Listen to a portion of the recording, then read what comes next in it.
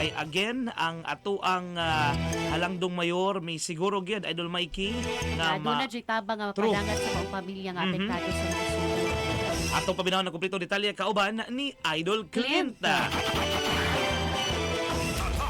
RMN Report.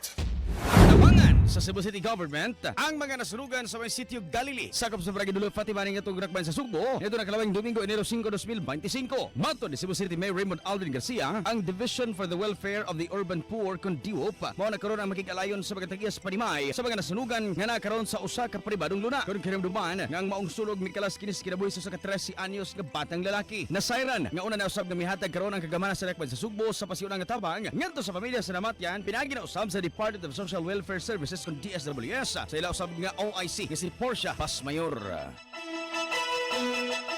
Report gikan sa Cebu City Hall alang sa IFM Balita sa Buntag. Kini sa Idol Clinton Tangko. Di kapugan sa paghatod sa mga nagunag grab as kabang balita. Tatak RMN, tatak IFM Balita.